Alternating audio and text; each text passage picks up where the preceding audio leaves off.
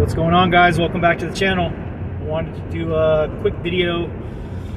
I've been running into some problematic clients lately, and want to do a little video about it. So I don't know what type of clients you all are dealing with, but I have helped people in my area ranging from a small trailer in a trailer park to $5 to $7 million homes. So I've done everything in between that. And lately, I would say within the last, well, specifically the last few weeks, but also there's one other client that comes to mind who was really problematic, and I had all the red flags, so that's actually on me. I shouldn't have probably done that job, but basically she shorted me. She shorted me, I want to say, a couple $100. And I'm never going to work for her again. And she thought that I was overcharging her, which, I mean, she's the one who agreed to my price, and then she didn't like how long things were taking. So anyway, that's a sidebar. But I have two other clients that come to mind recently, one of which I was doing some cameras for, and I was telling him all the issues that I might run into by going into the attic, because I was looking in his attic and there was like nowhere to work. I mean, I would literally be crawling on the drywall, or the rafters. Like, there's like this much room to work. So I was like, no, I'm not doing that. If you want to, I even told him, this is what was so frustrating. I even told him, I said, if you want to go with someone else who can get it done by running the wires in the attic, like I have no problem giving you your deposit back. Like, it's not a big deal. We can part ways right now. No hard feelings whatsoever. And he was the one who was like pretty adamant, like, oh no, like, you're here, let's do it. And I was like, all right, well, we got a big decision to make then. And I just basically told him, I said, look, I can drill a hole right now through the side of your house where your router is, and we can get this thing going. And he wanted like 12 cameras up, and his house wasn't that big. I mean, his house was probably like between $1 to $2 million. So I mean, he had some money, but it wasn't like a $10 million house or $20 million house. So anyway, I get up like 3 cameras, and we spent so much time. He was having issues with his password, trying to create an account for the cameras, which he should have done all this ahead of time, but that's besides the point.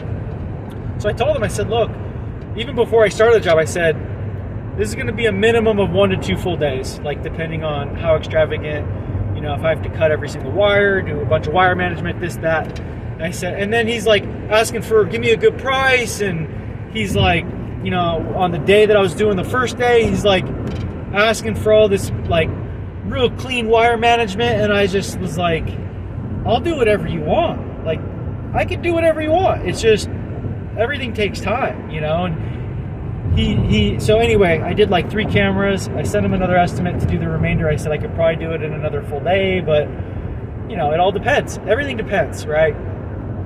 Well, I get an email from him like a few days later. We're very unhappy. You started overcharging and raising the prices, and we want a refund, and we're gonna do legal action. And I was just like, you gotta be kidding me. Like, I actually spent a good amount of time. I spent a good amount of time going back and forth during the estimating process. And then on the day of the job, spending a good amount of time going in his attic, giving him his options, giving him the ability for me to walk away. And I gave him a discount on top of it, because I was like, I kind of wanted the job and all that. And so I just said, look, you do what you need to do. You've spent enough of my time. That's it. And this guy had money, and he was just complaining and nickel and diming. And the cameras he got were flush mount. And so I don't know why he would have got those. Those are good. Those are basically good if you're gonna have a camera specific person doing the install. But he didn't like how I did it, because I had to run the wire kind of underneath, because I wasn't going to run the wire directly through his fascia board. Anyway, there was that one. And then I had another one in another expensive house, gated community out in Calabasas. And it was a door adjustment. The door wasn't closing. So I get out there, I'm looking at it. tightening up the screws. It's looking good, actually. I just tightened up the screws, and I was able to get the door to close.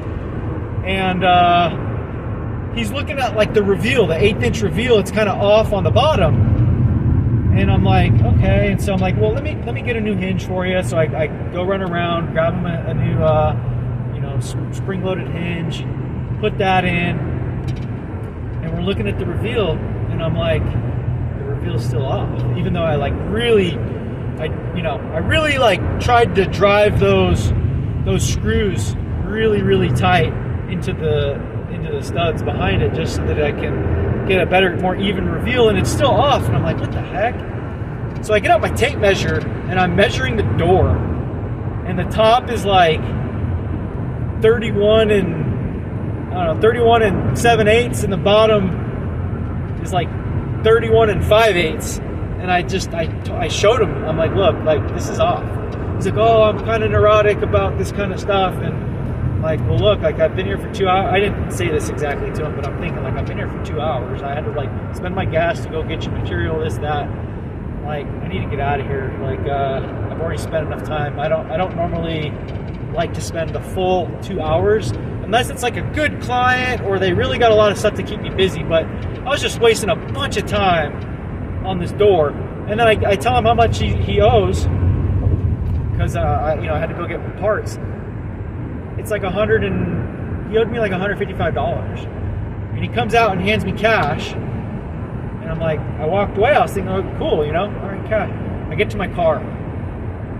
The guy freaking only paid me $140. This guy's in like a $4 or $5 million house. I'm like, what the hell is going on? So, honestly, guys, this is going to be kind of like a tip of the day.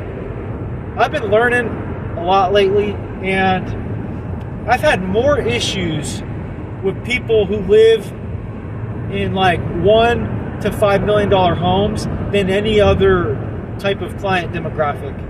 So be very careful. Don't pull up to a nice house and think, oh, this is going to be easy money. Oh, they're gonna take care of me. Honestly, anytime I get a job request now, it's like Malibu, Calabasas, Lake Sherwood, like, Westlake Lake, any of those, I'm like kind of nervous now, because the more I deal with these higher end clientele, the more problems I'm dealing with. So anyway, guys, wanted to give you that tip, tell you what I had going on. Appreciate you guys watching. Let me know what your thoughts are. Hit that like and subscribe button. We'll see you on the next one.